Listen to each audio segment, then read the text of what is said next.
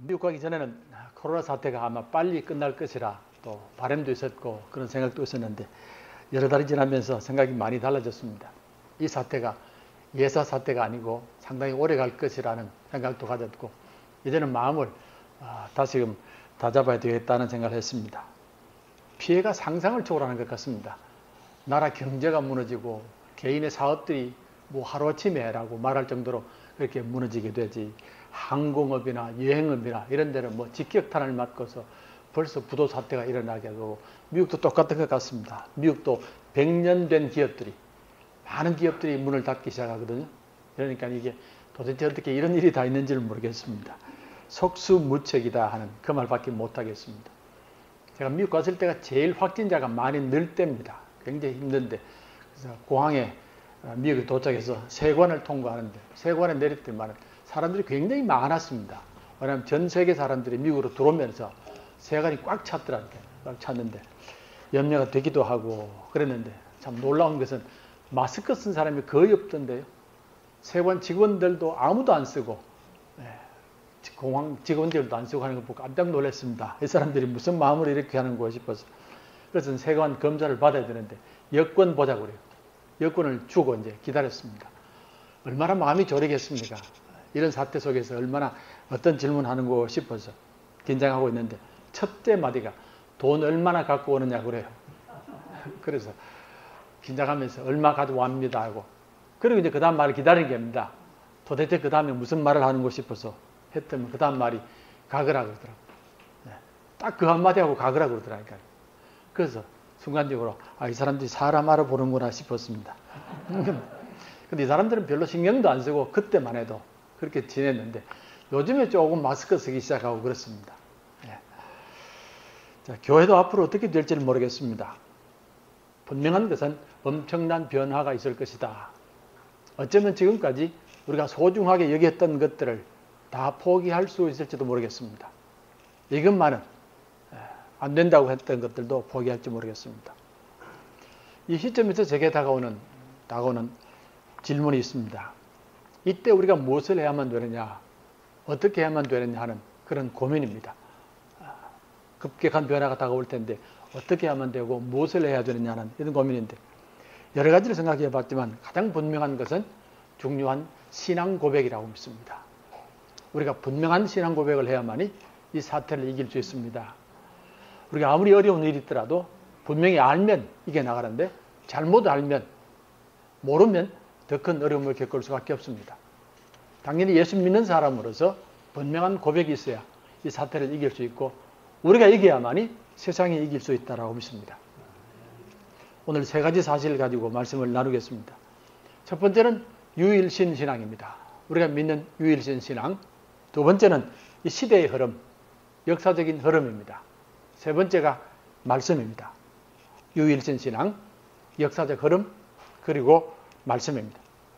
이 셋은 사실 하나입니다. 유일신 신앙은 우리 하나님의 근본입니다. 우리 하나님은 하나 되신 하나님이고, 역사의 흐름은 우리 하나님께서 일하는 사역지입니다. 하나님께서 교회 안에서도 일하지만 세상 속에서도 일하기 때문에 그렇고, 세 번째는 하나님의 말씀입니다. 하나님의 말씀이 하나님의 능력이기 때문에 그렇습니다. 가장 먼저 우리 신앙입니다. 우리는 한 하나님을 믿습니다. 우리 하나님은 유일신 하나님입니다. 홀로 만물을 지으셨고 홀로 만물을 운행하십니다. 홀로 생명을 지으셨고 홀로 생명을 돌보고 사랑하십니다. 하나님만이 이 땅에 역사를 주관하십니다. 이것이 유일신 신앙의 근본입니다. 그렇다면 이 사태에는 하나님의 뜻이 있습니다. 결코 우연히 일어난 사건도 아니고 사람들만이 한 사건도 아니고 하나님의 뜻이 담겨져 있는 사건이라는 말입니다. 하나님께서 아시고 하나님의 뜻이 있습니다.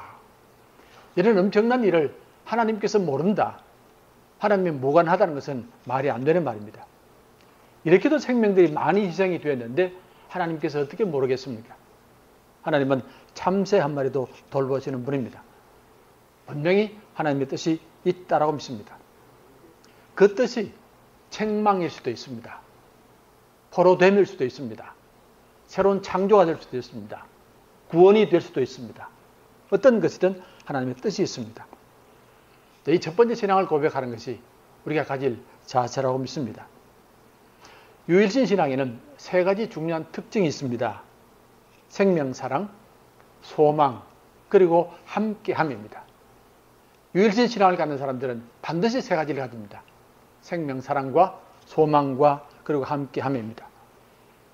우리 하나님이 한 분이라고 믿을 때에 생명을 가장 존귀하게 여기고 어떤 환경 속에서도 우리는 소망을 만들어 갑니다. 그리고 우리는 함께하는 모습을 갖게 됩니다. 이 땅의 모든 신앙은, 모든 종교의 신앙은 복합신앙입니다.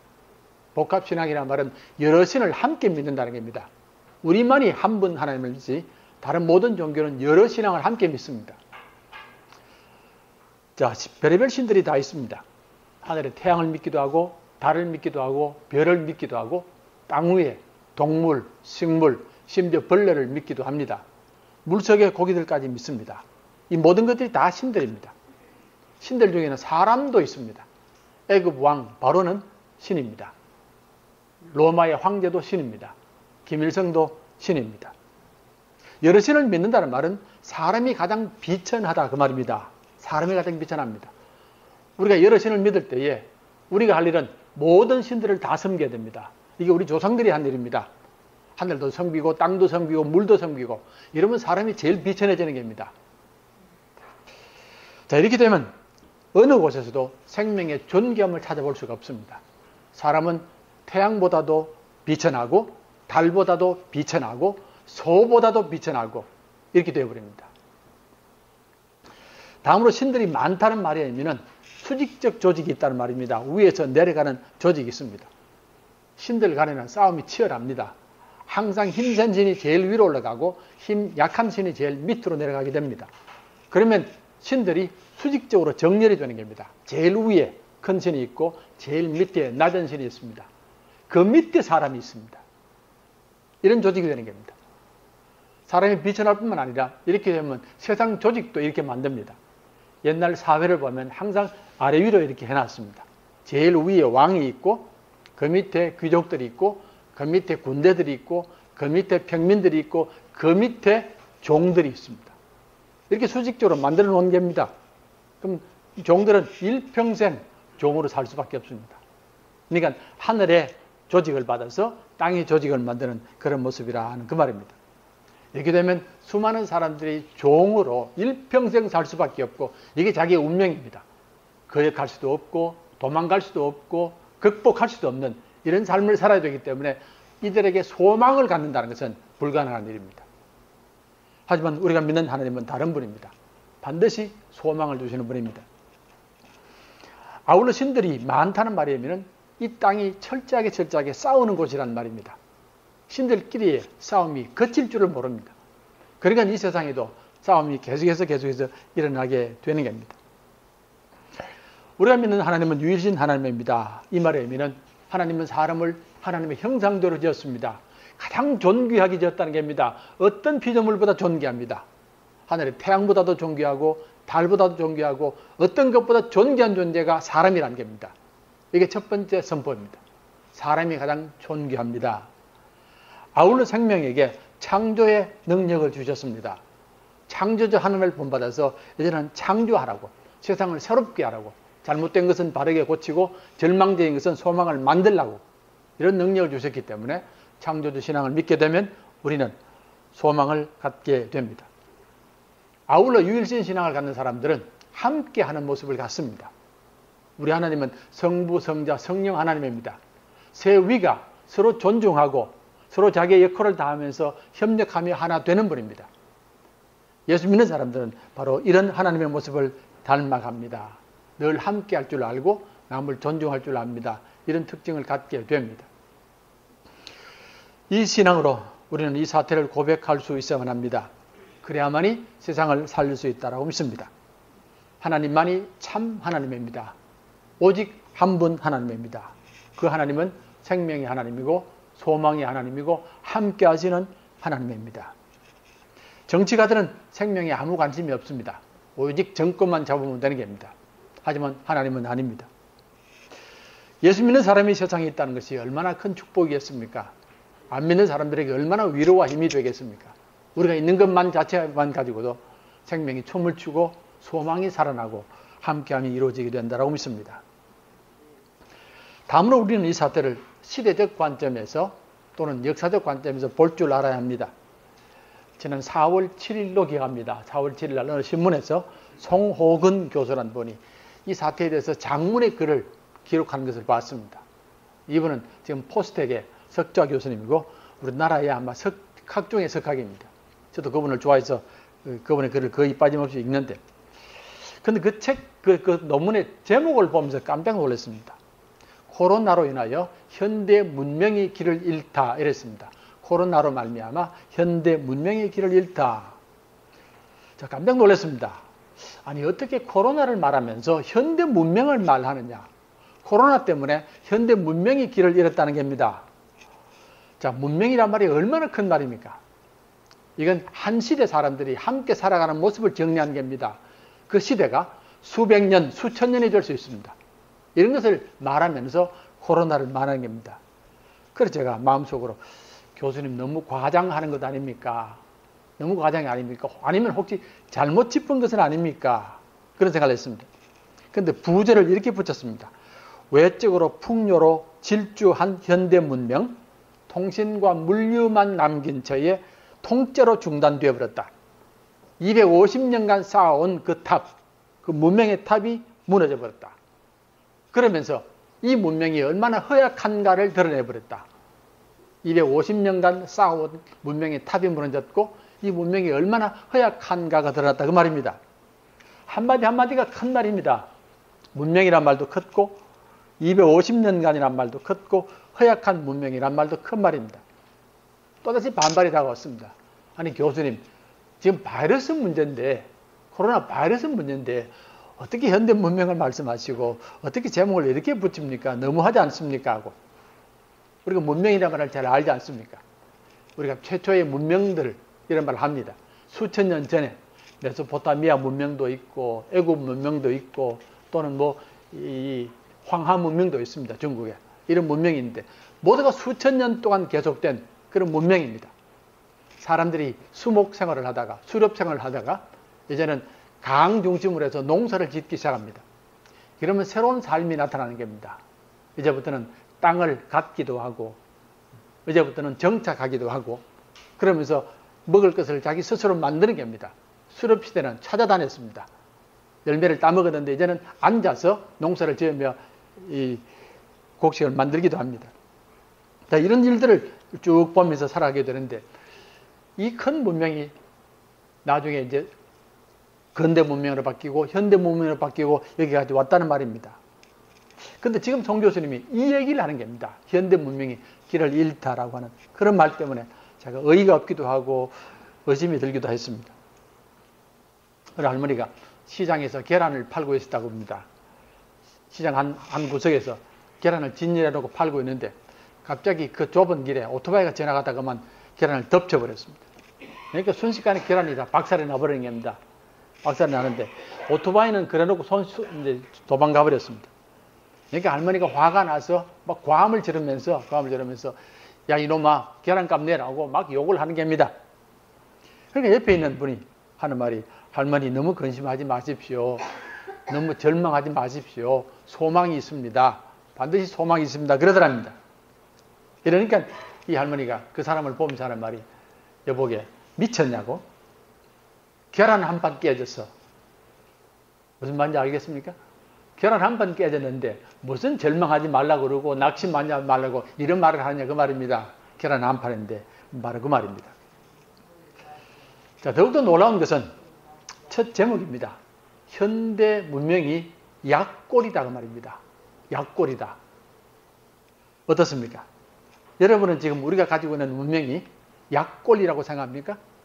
힘도 없고 메가리도 없고 용기도 없고 이런 문명이라고 생각합니까? 그렇습니까? 이게 천부당 만부당한 말입니다. 현대 문명이 약골 아닙니다. 현대 문명이 얼마나 엄청난 힘을 가지고 있는지 아시죠? 어마어마한 힘을 가지고 있는 게 현대 문명입니다. 아마 이 땅에 생기는 문명 가운데서 지금 문명만큼 힘이 있는 문명이 있겠습니까? 아닙니다. 우리가 제일 힘이 센 문명이라고 믿고 살아갑니다. 그런데 1882년에 독일의 한 철학자가 온 세상을 흔드는 선포를 합니다. 철학자 한 사람이 온 세상을 흔들었습니다. 신이 죽었다고. 신이 죽었다고 선포를 했습니다. 혹시 누군지 기억나세요? 니체란 철학자입니다. 니체란 철학자가 신이 죽었다라고 선포를 하게 된 겁니다. 그러니까 온 세상이 난리가 났고 교회가 난리가 났습니다. 죽일 놈이다 그러고 미친 놈이라 그러고 난리가 난 겁니다. 그런데 우리는 그 다음 말을 모릅니다. 그 말만 알지 그 다음 말을 모릅니다. 그 다음 말을 제가 말씀드리겠습니다. 하나님은 죽었다. 여전히 죽었다. 우리가 하나님을 죽였다고 그랬습니다. 우리가 하나님을 죽였다. 어떻게 우리가 위로를 받을 수 있을꼬? 가장 악한 살인이다. 신을 죽였으니까 가장 거룩한 분, 가장 전능하신 분이 우리 손에 죽었다. 그러면 우리 손의 피를 누가 씻어줄 수 있고 어떤 물로 씻어줄 수 있느냐? 우리가 어떻게 용서를 받을 수 있느냐? 이 엄청난 일을 저질렀는데 자, 그리고 그 다음 하는 말입니다. 이제 남은 것은 하나밖에 없다. 오직 힘에 매달리는 것뿐이다 그랬습니다. 오직 힘에 매달리는 것뿐이다라고 이렇게 선포를 합니다. 마음껏 힘을 키워라. 그 힘을 가지고 네가 원하는 것을 다 이루어라. 무엇이든지 이루어라고 그랬습니다. 우리는 지금까지 하나님을 믿는 바람에 너무나 제약이 많았다는 겁니다. 하나님을 믿으면 제약이 많습니다. 하지 말라, 하지 말라, 살인하지 말라, 간음하지 말라, 도둑질 말라, 하지 말라는 게 너무 많습니다. 그런데 하나님 없으면 내 마음껏 하는 겁니다. 내가 원하는 것을 다 이루는 겁니다. 이렇게 하기 위해서는 온 힘을 다해서 힘을 가지라는 겁니다. 힘만 가지면 무엇이든지 다 할 수 있다라고. 아울러서 이제부터 여러분들은 과거의 것을 다 버려라. 도덕도 버리고 양심도 버리고 이웃도 다 버려라. 우정도 다 버려라. 그래야만이 힘을 키울 수 있고 내 마음껏 살 수 있다라고 이렇게 선포가 되는 겁니다. 그때부터 세상은, 온 세상은 본격적으로 힘을 키우기 시작합니다. 이전에도 힘을 키우라는 사람이 많이 있었습니다. 이때부터 본격적으로 신앙인까지도 달라들면서 힘을 키우기 시작하는 겁니다. 그 이후로 250년이 흘렀습니다. 세상은 상상 못할 정도로 변했습니다. 어마어마한 전쟁 무기를 만들었고 어마어마한 의료 장비를 만들었고 경제가 엄청나게 부흥하기 시작했습니다. 엄청나게 많은 양식들이 만들어졌습니다. 우리가 현대 건축물을 보면 우리가 입을 닫을 수가 없습니다. 1931년에 뉴욕의 엠파이어 스테이트 빌딩이라는 빌딩이 섰는데 100층이 넘습니다. 사람 손으로 만든 건물이 100층이 넘습니다. 요즘에는 두바이 가면 180층입니다. 지난 250년 동안 사이에 2차 세계대전이 있었습니다. 어마어마한 전쟁이 벌어졌습니다. 특별히 힘 있는 나라들이 온갖 나라를 점령 다 했습니다. 남아메리카를 점령했고 아프리카를 점령했고 수많은 사람을 종으로 만들었습니다. 자, 그런데 이런 모습을 보면서 허약하다고 그럽니까? 약골이라고 그럽니까? 천부당 만부당한 말입니다. 이 땅에 생겨난 문명 중에서는 제일 가장 힘이 센 문명이라고 말입니다. 이런 세상에는 몇 가지 부산물들이 있습니다. 힘을 추구하게 되면 극단적인 이기주의가 나타납니다. 이제는 나만 살면 되는 겁니다. 내가 원하는 것만 이루면 되는 겁니다. 가족도 필요 없고 친척도 필요 없고 친구도 필요 없습니다. 나만 잘 되면 되는 겁니다. 아울러서 탐욕이 얼마나 커지는지 말로도 알 수가 없습니다. 이제는 이를 제어할 장치가 없습니다. 도덕도 없고 하나님도 없으니까 내가 원하는 것을 다 이루려고 그러는 겁니다. 이제는 세상 주인이 없습니다. 하나님이 주인이었다가 하나님이 없으니까 이제는 세상이 내 것인 겁니다. 누구든지 먼저 차지하면 자기 겁니다. 특별히 자연입니다. 자연도 먼저 차지하면 내 것이 되는 겁니다. 그러니까 서로 사람들이 정말 늑대처럼 달라들면서 자연을 뜯어먹기 시작하는 겁니다. 이게 오늘날 우리들의 모습입니다. 지난주에 나온 책 중에 하나가 2050년 이제 살 수 없는 지구란 책이 있습니다. 2050년 앞으로 30년만 지나면 거주불능이랍니다. 살 수 없는 그런 지구란 책인데 왜 그러냐면 30년이 지난 뒤에 온도가 지구 온도가 2도가 더 높아진다는 겁니다. 2도만 높아지게 되면 모든 빙하가 다 녹아내리기 시작하고 엄청나게 뜨거운 여름이 시작이 되기도 하고 곳곳에 지진이 다가오게 되고 이러면 지구가 못 산다는 겁니다. 그래서 1900 한 몇 년 전입니다. 4년 전인가 도쿄에 전 세계 사람들이 모여서 기후협약을 맺었습니다. 우리는 어떤 경우도 2도를 못 넘게 하자고 약속을 했습니다. 전 세계가 했는데 한 나라도 안 지키더라는 겁니다. 지금까지 한 나라도 안 지키더라는 겁니다. 그러면 2050년이 되면 분명히 2도가 넘어가 버립니다. 그러면 살 가능성이 없다는 겁니다. 아울러서 본문에 보면 또 다른 이해하기 힘든 말이 있습니다. 가시적이란 말입니다. 가시적인 문명이라는 이 말씀입니다. 이 말의 의미는 뭐냐면 눈으로 보이는, 눈으로 볼 수 있는 그런 것을 추구했던 이런 문명을 우리가 가졌습니다. 우리는 지난 250년 동안 살면서 눈에 보이는 것을 중요하게 여겼지 눈에 보이지 않는 것은 중요하게 여기지도 않았고 무시하고 버렸다는 그런 말입니다. 저는 이 말을 듣고 우리 자신의 모습을 생각해 봤습니다. 정말 우리가 그렇게 살았냐? 그렇게 살았고 지금도 그렇게 사느냐? 정말 우리는 눈으로 보이는 것만 귀하게 여기고 보이지 않는 것은 아무렇게나 취급하느냐? 그랬습니다. 자, 모든 만물에는 눈에 보이는 부분과 눈에 보이지 않는 부분이 있습니다. 볼 수 있는 부분과 볼 수 없는 부분이 있습니다. 나무로 말씀드리면 볼 수 있는 부분은 나무 줄기가 있고 나무 둥치가 있고 잎이 있고 꽃이 있습니다. 이게 보이는 부분이고 보이지 않는 부분은 땅 속에 있는 뿌리입니다. 집도 마찬가지입니다. 집에도 보이는 부분이 있고 보이지 않는 부분이 있습니다. 보이는 부분은 집의 모양이 있고 집의 크기가 있고 색깔이 있습니다. 보이지 않는 부분은 땅 밑에 기초입니다. 사람도 그렇습니다. 눈에 보이는 부분은 키가 얼마다, 몸무게가 얼마다 이런 것을 보게 되지만 보이지 않는 부분은 그 사람 속에 있는 인격, 신앙, 도덕, 인간관계, 가치 이런 것들입니다. 이런 것들이 보이지 않는 부분들입니다. 자, 이런 걸 생각하면 우리가 과연 잘못 살았구나. 눈에 보이는 것만 따랐고 보이지 않는 것을 소홀히 여겼다는 것을 알았습니다. 마땅히 모든 일에 있어서는 보이지 않는 부분을 중요하게 여겨야 되는데 그렇지 않았습니다. 뿌리가 튼튼해야만이 나무가 건강하게 자라지 사람이 도덕을 지켜야만이 사람답게 되지 생명을 귀하게 여겨야만이 세상이 세상답게 되지 만약에 도덕을 무시하거나 생명을 무시하거나 뿌리를 무시해버리면 무너질 수밖에 없고 허약할 수밖에 없다는 겁니다. 그러면 그분의 말이 맞습니다. 우리는 눈에 보이는 것에서는 온 힘을 다했지만 눈에 보이지 않는 부분은 너무나 소홀했다는 그 말입니다. 이제는 도덕이 다 무너져 버렸고 신앙도 무너져 버렸고 생명의 가치도 무너져 버렸습니다. 눈에 안 보이는 것은 다 무시하는 겁니다. 이번에 제가 격리를 마치고 동사무소에 갔습니다. 왜 갔는지 아시죠? 지원금 받으려고 갔더니만 나라에서 주는 것도 있고 경기도에서 주는 것도 있던데요. 이게 합치니까 한 90만 원 넘습니다.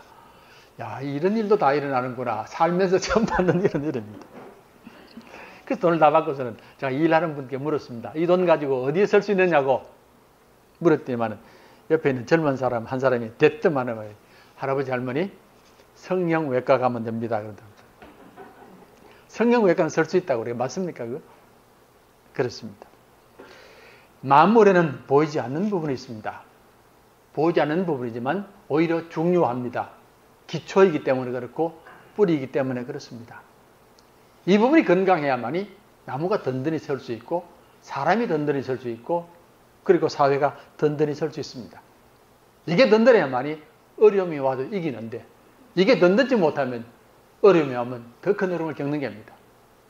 지금 코로나 사태가 되니까 이제 전 나라가 우리끼리 살겠다는 겁니다. 다른 나라와 함께하지 않겠다는 겁니다. 이런 모습이 벌어지는 것은 뿌리가 약하기 때문이라고 믿습니다. 그 논문에 보면 예상치 못한 또 다른 하나가 있었습니다. 보이지 않는 적이란 말이 나와 있습니다. 보이지 않는 적. 이제 코로나 바이러스가 눈에 보이지 않는 적이 되는 겁니다. 그런데 전 이 말을 처음 들으면서 옛날 생각이 났습니다. 예전에 군 복무할 때에 제가 간첩 잡는 부대에 있었습니다. 못 믿으시겠습니까? 제 같은 사람이 무슨 간첩을 잡느냐고요? 우리 부대가 하는 일이 뭐냐면 1년 내내 산속에 들어가서 훈련받는 겁니다. 계속 훈련받다가 간첩이 나타나면 3분 내로 출동하는 겁니다. 어디 있든지 간에 3분 내로 출동을 하는 겁니다. 그렇게 하는데 그 훈련 받는 동안에 사람 죽이는 법을 제가 다 배웠습니다. 총으로 죽이는 법도 배웠고 칼로도 배웠고 맨손으로 죽이는 법도 다 배웠고요. 그리고 극한 상황 속에서 살아나는 법도 다 배웠습니다. 예. 한 달간 밥을 못 먹어도 살아남는 법을 배워야 되고 엄청나게 추워도 살아남아야 되고 예. 그리고 병이 들어도 살아남는 걸 배워야 되는 겁니다. 이걸 다 배웠습니다. 근데 가장 힘든 훈련이 뭐냐면 20kg 군장을 쥐고 매일 10km를 뛰었습니다. 매일 10km 뛰어서 얼마나 많이 뛰었겠습니까? 봄에 뛰고 여름에 뛰고 가을에 뛰고 이래 뛰는데 여름에 뛰면 그렇다면 몸만 아니고 뒤에 있는 군장까지 소금으로 쩔어버립니다. 그렇게 쩔어버립니다. 자, 그렇게 훈련받는 중에 마침내 가을에 간첩이 나타났습니다. 간첩이 나타나서 순식간에 출동이 되는 겁니다. 그래서 트럭을 타고 가는데 낯선 곳에 갔더니만 내리라고요. 그러면서 하는 말이 세 가지를 꼭 기억해라는 겁니다. 어떤 경우도 홀로 다니지 말아라. 첫 번째입니다. 그러시죠? 두 번째는 언제 총이 날아올지 모른다는 겁니다. 항상 긴장하라고. 아무리 잠이 오더라도 잠자면 안 된다. 교대로 자든지 한 명은 깨야 된다고 하는 그런 명령을 하는 겁니다. 그때부터 숨도 못 쉬겠더라니까요. 도대체 보여야 살지. 네, 보여야 살지. 어디서 나타날지는 모르니까 몇 명이도 모르니까 얼마나 긴장을 하겠습니까? 모두가 생명의 위협을 받았는데 이것이 보이지 않는 적입니다. 어디든지 생명의 위협을 받습니다. 집에서도 그렇고 버스를 타도 그렇고 기차를 타도 그렇고 길을 가도 그렇습니다. 모두가 위협을 받습니다. 부자도 받고 가난한 사람도 받고 권력 있는 사람도 받고 대통령도 받고 다 그렇습니다. 보이지 않기 때문에 그렇습니다. 현대 문명은 허약합니다. 참으로 허약합니다. 가시적인 것에 매달렸기 때문에 우리가 가지고 있던 그 귀한 것들을 다 잃어버렸습니다. 이제는 어려움이 오면 이길 힘이 없습니다. 모두가 불안하고 모두가 방황하고 모두가 이상한 방법을 사용합니다. 교수님 말이 맞는 것 같습니다. 양심도 버렸고 도덕도 버렸고 이웃도 버렸고 자연도 버렸고 더불어 사는 것도 버렸습니다. 나아가서 신앙까지 버렸습니다. 이제 필요한 신앙은 눈에 보이는 신앙입니다. 하나님이 눈에 보여야만 됩니다. 그래야만 믿지 눈에 보이지 않는 신은 믿지 않습니다. 눈에 보이는 재물, 눈에 보이는 땅, 눈에 보이는 쾌락, 눈에 보이는 권력 이런 신들을 믿지 눈에 보이지 않는 하나님은 믿지 않는다는 겁니다. 결코 건강한 문명도 아니고 좋은 문명도 아닙니다. 어쩌면 코로나 바이러스는 눈에 보이지 않는 세상의 전령인지도 모르겠습니다. 우리에게 다가와서 눈에 보이지 않는 부분이 있다는 것을 기억하라고 그것을 건강하게 만들라고 소중하게 여기라고 탐심을 버려라. 이기심을 버려라. 허영을 버려라. 이를 외치는 전령인 것 같습니다. 이제는 보물을 하늘에 쌓아두라고. 이제 말씀으로 돌아가겠습니다. 오늘 사태가 문명의 근본이 약하다는 것을 깨닫고 또는 사람들이 방황한다는 것을 깨달으면서 다시금 우리가 하나님께로 돌아가야 한다는 것을 깨닫습니다. 이제는 눈에 보이는 것을 버리고 눈에 보이지 않는 하나님께로 돌아가야만 합니다. 어쩌면 우리들이 이 세상 사람들이 죽었다고 말한 그 하나님께로 돌아가야만 합니다. 어떻게 우리가 하나님께로 돌아가겠습니까? 하나님께 돌아가는 길은 하나님 말씀으로 돌아간다는 말입니다. 하나님은 말씀을 통하여 자신을 드러냅니다. 말씀을 통하여 일하십니다. 말씀이 곧 하나님입니다. 우리 하나님은 눈에 보이지 않는 분입니다. 대신 말씀하시는 분입니다. 말씀을 통하여 세상을 만드셨고 생명을 지으셨고 오늘도 말씀을 통하여 만물을 이끌어가고 역사를 이끌어가는 분입니다. 그렇다면 하나님께로 돌아간다는 말은 하나님 말씀으로 돌아간다는 말입니다. 어쩌면 우리는 하나님 말씀을 멀리 했을지 모르겠습니다. 우리가 신앙생활을 하면서도 다른 것에 매달렸고 말씀을 멀리 했을지 모르겠습니다. 겉으로는 자랑할 게 많습니다. 보여줄 게 많습니다. 하지만 정작 말씀에 열매가 없을지 모르겠고 말씀의 뿌리가 약할지 모르겠습니다. 이럴 때 성도들도 세상 사람처럼 작은 어려움에 흔들리고 작은 유혹에 넘어지게 되고 작은 만족에도 기다리지 못했습니다. 다시금 말씀의 뿌리로 돌아가야만 합니다. 집을 짓는 사람들은 두 부류로 나눠집니다. 두 부류입니다. 반석 위에 집을 짓는 사람과 모래 위에 집을 짓는 사람입니다. 집은 반드시 반석 위에 지어야 합니다. 어떤 경우도 모래 위에 집을 짓는 법은 없습니다. 그러나 실제로는 모래 위에 집을 짓는 사람들이 있습니다. 누구겠습니까? 거짓된 사람들입니다. 빨리 짓기 위해서, 겉으로 보이기 위해서, 더 많은 이익을 만들기 위해서, 당장의 기쁨을 누리기 위하여 모래 위에 짓습니다. 자기 집이라면 어떤 경우도 이렇게 짓지 않습니다. 남의 집입니다. 남이 어떻게 되든 괜찮습니다. 모래 위에 집을 짓는 겁니다. 반석 위에 집을 짓는 사람들이 있습니다. 집이 무언가를 아는 사람들입니다. 집은 생명이 사는 곳이고 가정이 만들어지는 곳입니다. 가족들이 서로 사랑하는 곳입니다. 지친 몸이 쉼을 얻는 곳입니다. 하나님이 함께 하시는 곳입니다. 그리고 집은 반드시 비바람을 맞을 수밖에 없습니다. 눈보라를 맞을 수밖에 없고 태풍을 맞을 수밖에 없고 지진을 맞을 수밖에 없습니다.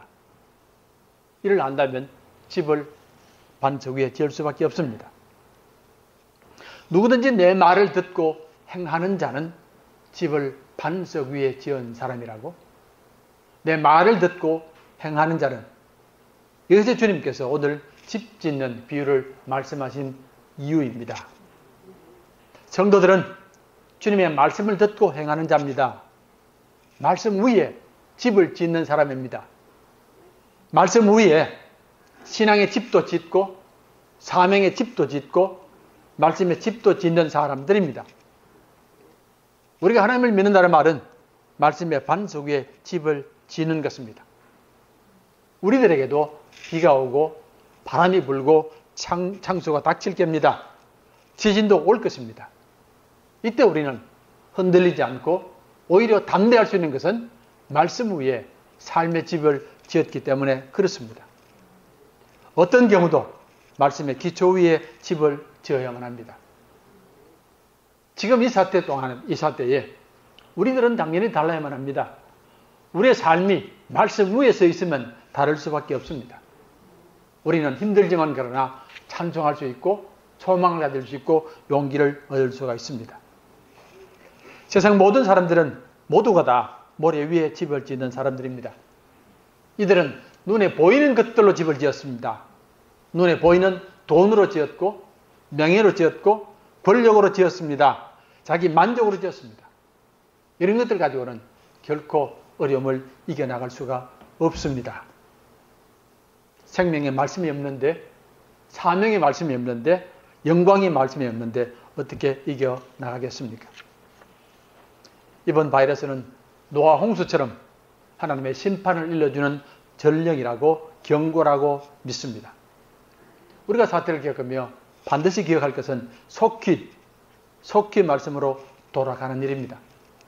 사람은 떡으로 사는 것이 아니라 말씀으로 삽니다. 세상은 하나님 말씀으로 지어졌고 말씀으로 운행됩니다. 우리가 하나님의 말씀을 잃어버리면 생명이 방황할 수밖에 없고 세상이 방황할 수밖에 없고 두려움을 가질 수밖에 없습니다. 사랑하시는 성도 여러분, 이제 우리는 고백해야만 합니다. 하나님만이 참 하나님이고 하나님만이 우리가 섬길 뿐입니다. 그분만이 창조주 되시고 생명과 만물의 주인입니다. 그분만이 역사의 주인입니다. 우리 하나님은 말씀의 하나님입니다. 말씀으로 세상과 생명을 지으셨고 말씀으로 이 땅에 오셨고 말씀으로 생명을 구원하셨습니다. 그리고 말씀으로 우리와 함께 하십니다. 말씀이 여러분들의 삶의 터전이 되어야만 합니다. 신앙의 터전이 되어야 되고 생명의 터전이 되어야 되고 그리고 교회의 터전이 되어야만 합니다. 우리 교회가 말씀에 헌신하는 교회가 되기를 원하고 우리 각자가 말씀의 종들이 되기를 축원합니다. 하나님의 말씀의 능력과 권세가 우리 모두에게 함께 하시기를 주의 이름으로 축원합니다. 기도하겠습니다. 그러고서 하나님, 오늘도 말씀으로 우리와 함께 하심을 감사드립니다. 말씀으로 우리를 이 자리에 부르시고 우리로 하나님을 참석케 하시고 우리의 기도에 응답해 주심을 감사드립니다.